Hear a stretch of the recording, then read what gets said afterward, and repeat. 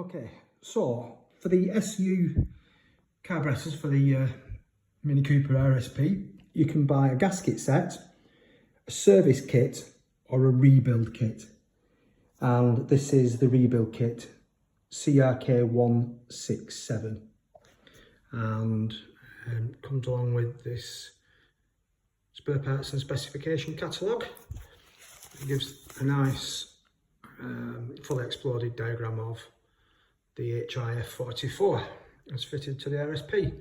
So let's have a look what's inside. Okay, so the rebuild kit comes with all the gaskets that you'll need, all the perishable items, the rubber seals, a pair of bushes for the butterfly spindle, new butterfly, new jet, and new float valve and filter. And of course you saw the state of the needle, so I've purchased a new BFY needle as well. So everything's going to get refitted now with the exception of these bushes. I'll try the new spindle into the carb and see how that goes, because I've not got the tool for pressing the bushes out, and if there's no play in the bushes then they're perfectly fine, because sometimes even the brand new bushes are not exactly airtight. The only other thing to watch as well is this spindle. If you just rub your finger along the cutout for the butterfly, I can feel there's a very, very sharp burr. So I'm just going to take a small needle file across that edge there, just to make sure there's no burrs on that spindle before it goes through the bushes. Okay, so there's the old spindle, and there's a new one. And now all I'm going to do now is just very, very carefully just rub this needle file along that edge where I can feel that burr, just to take that little, that sharp edge away, just so that it doesn't damage the bush when I put it in. Not touching the spindle at all, just the edge of that slot.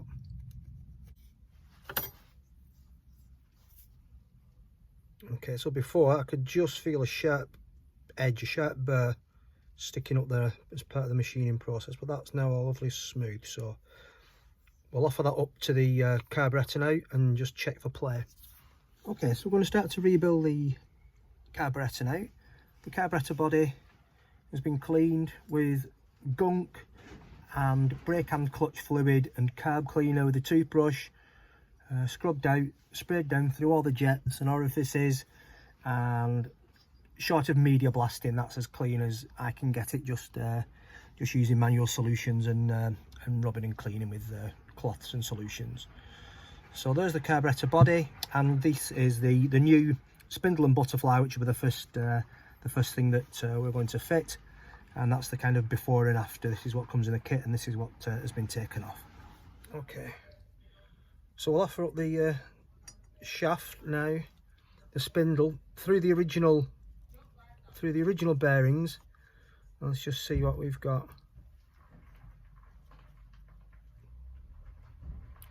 So there's no detectable play in that bearing either side, so I'm happy with that. So I'm going to use the original bearings and just build it up now with a new shaft and butterfly, keeping the original bearings in place. Okay, and it goes either way around, and then we'll feed in the butterfly, and this particular model's got the anti-run valve fitted. Okay, and just loosely put that in place, loosely central for now. Just put the screws in place.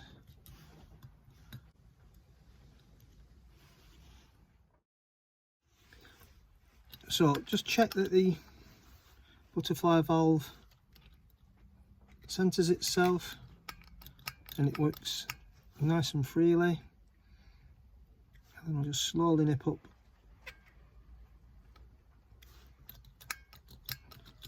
those bolts. Okay, careful not to over tighten.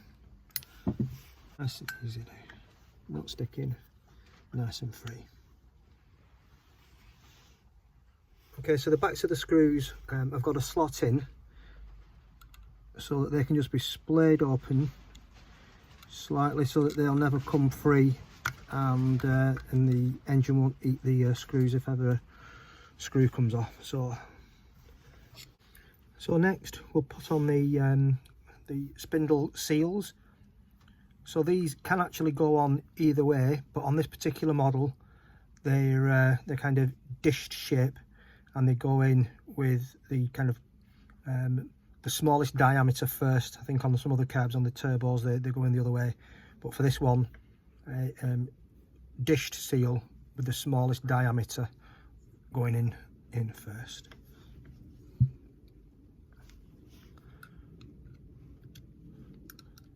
So just gently push that home, and we'll do the same on the other side.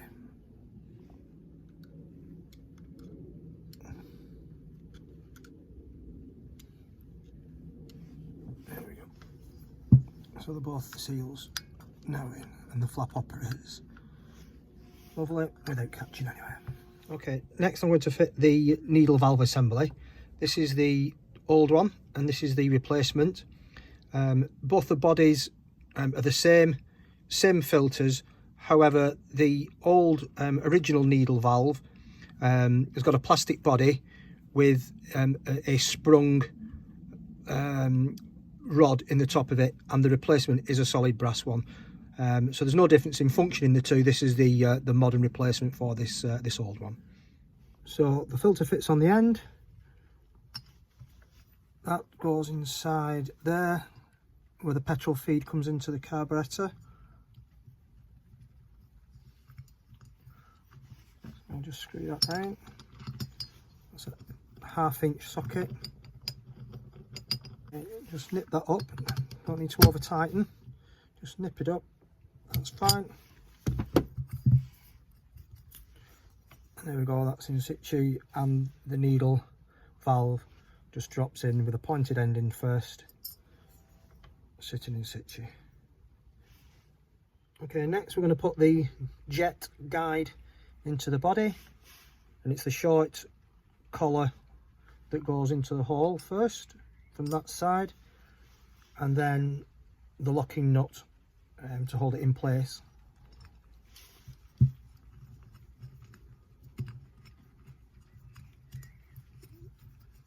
Taking care not to cross thread, because it is aluminium and easily done, and that's a 9/16 socket, and again just nip up. That's all it needs. Okay, so the next is to now fit the float. So there's the little rod that supports the spindle that supports the float. So put on a new washer that comes with the kit. Drop that into place. That picks up through that hole. Spindle passes through the float, and then we'll just nip that up.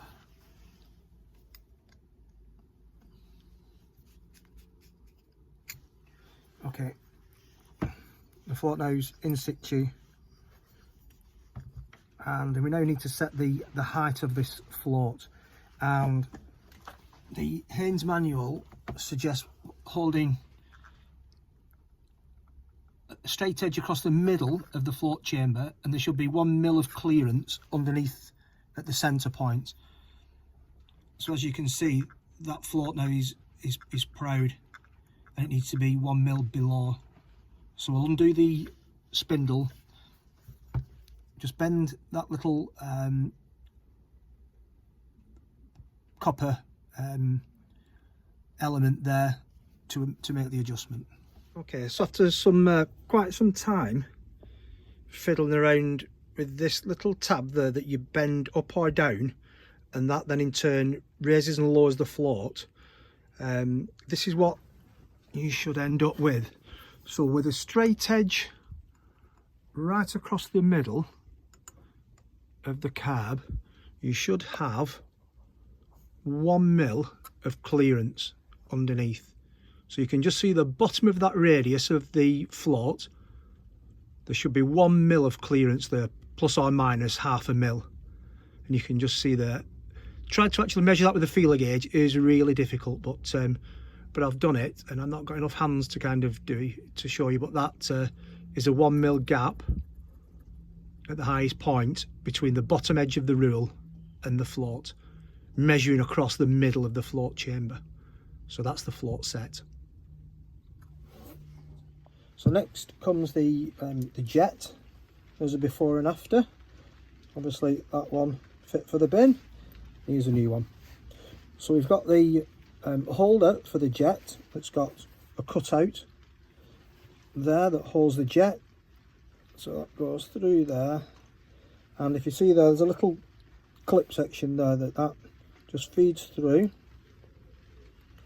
and then just clips into that little gap there, and it's that then that allows the pivot action, so that as the screw presses in that, it raises and lowers the jet. So that lowers into place.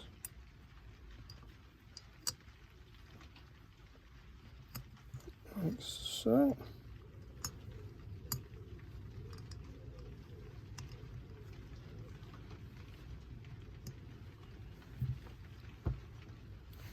Like so, and then the bolt with spring on there.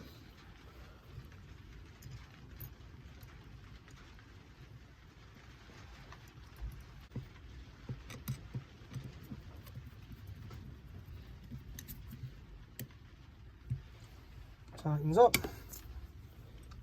and now we can see the jet in place there, and as that stands now without any adjustment screw in, it's sticking proud of the bridge. So there's the bridge that's going across and the jet's proud. So as then we put the adjustment screw in from there, that then pushes on that strip and that raises and lowers that jet. So next we'll put the tiny seal that comes in the kit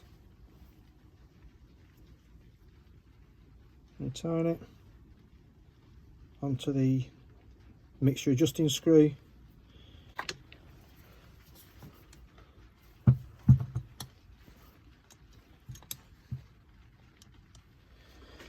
Okay, so the jet adjusting screw is in.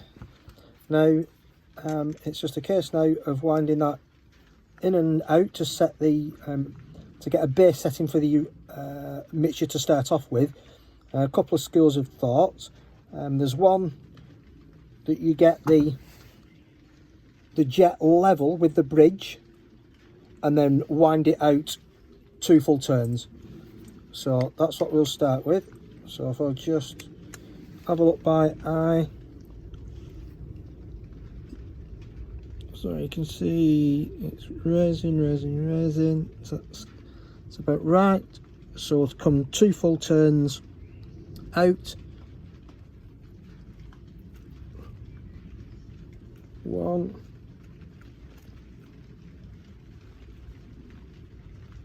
2. So that's 2 full turns out. And the other school of thought to set the mixture screw is that the level should be, the jet should be level with the beveled edge of the liner, which that is. So using both those methodologies of setting that jet level with the bevel of the liner, or come flush with the bridge and wind out level with the bridge and wind out 2 full turns, puts it in that same position. So that seems to be, using both methodologies, a good place to start for a base mixture setting. We're now going to put the cover back on place using a new seal that comes with the kit. The seal just fits into that recess on the base plate, and the base plate's got this little sump in place there, and that sits over the jet, so it will actually only go on one way. But if you've marked it when you take off, you do know which way it goes. But if you haven't done, it will only go back on in one place. So there we go, that all now sits in place. and using the spring washers on each of the original screws, because the kit doesn't come with screws, we'll refit those.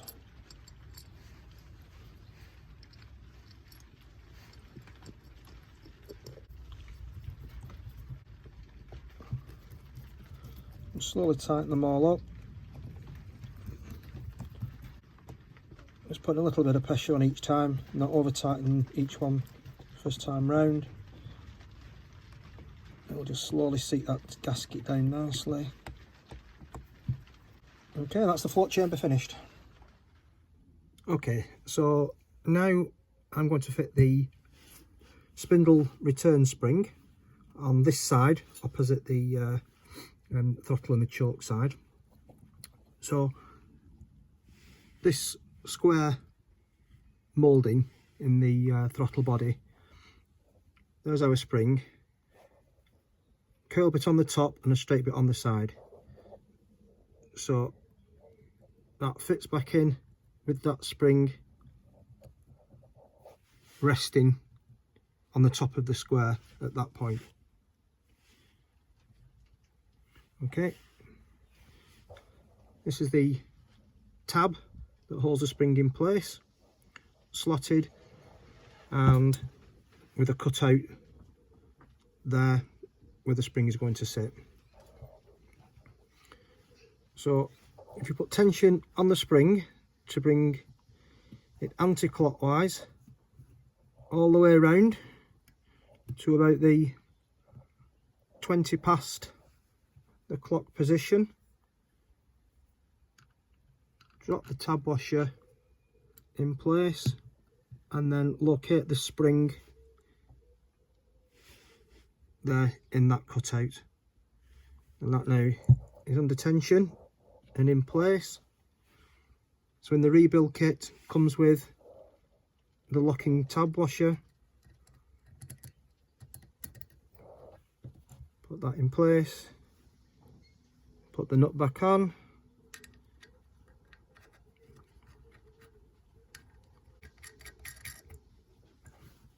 tighten up 7/16.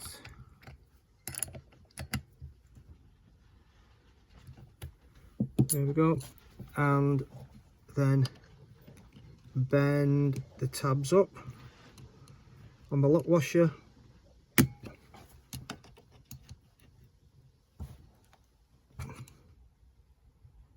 To lock that in place and just secure it there.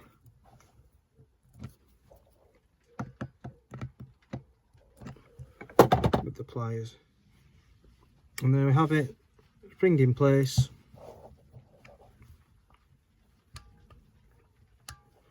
So that's one side complete.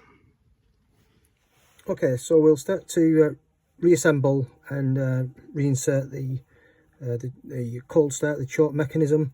So these are the old seals, so we'll just pick those out.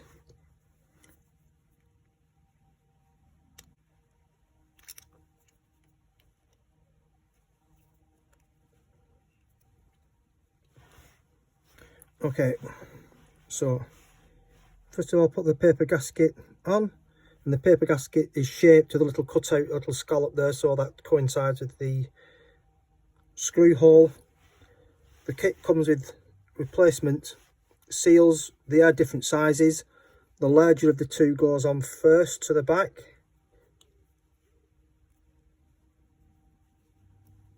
So we'll just tease that into place.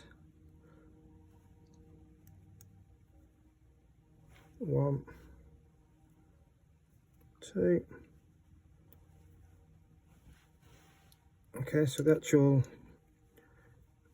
jet for the choke now feeds in from that side.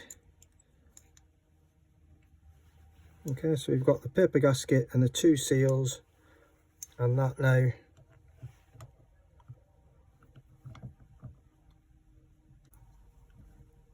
just presses into place. Okay, then in the kit comes the outer seal to seal the shaft, so put that into place. and that should turn nice and freely, which it does. Then taking the spring cover, that sits on top. Okay, we'll fasten this plate back in place to the 2 screws. They don't come with the kit, so they're reused from the original.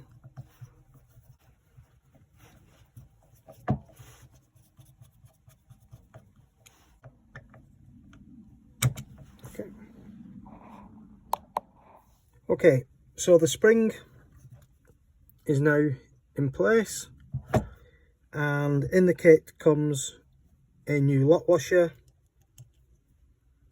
and the nut. The nut is reused from the previous, that doesn't come with the kit. Okay, so that's now in place. Test it, it moves nice and free, and really tricky. Make sure that the spring isn't trapped between that cam plate and the washer cover, which is what I was doing. But I'm not going to say that that's an easy thing to do, because that has taken half an hour to get on. At first I thought it went behind that one, which it doesn't, because that's more or less a 360-degree turn of the spring anti-clockwise, which it doesn't want to do, because I tried, believe me. But no, it goes anti-clockwise, roughly 180 degrees, and then sits behind that arm. So now that's got a nice smooth action, and that's looking fine. So nip up the nut 7/16, and then bend up the lock tab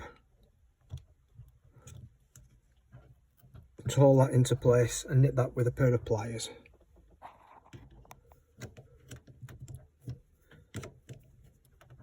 Like so. So off camera, I've managed to finally wind that spring round to get the that butterfly spindle sorted. So it's in position now. Throttle mechanism on. Lock tab washer.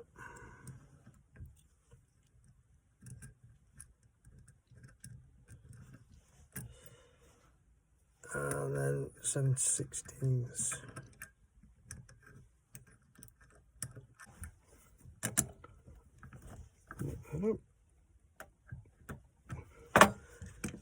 And then put the lock tabs back on. Right, okay, so new needle, put the spring back onto the top of the needle, like so. Needle back into the collet, and then collet back inside the piston, lining up with the screw hole and the cutout slot there. So making that flush with the bottom.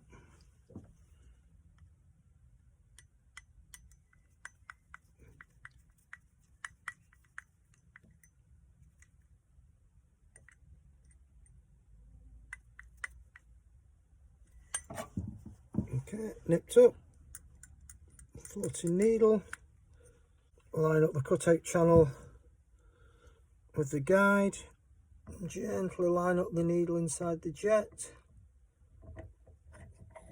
and drop the piston inside. Okay, dash pot back on. Dash pot will only go one way. First, let's drop the spring back on. Dash pot cover in place. Check that's nice and free. original screws back in place and put the identifying tag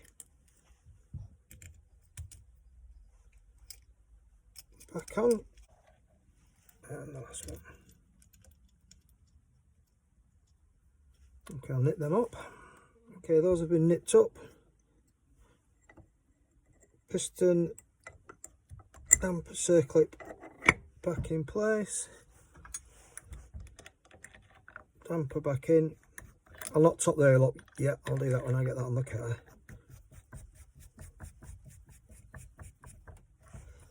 And voila! One rebuilt HIF44 carb.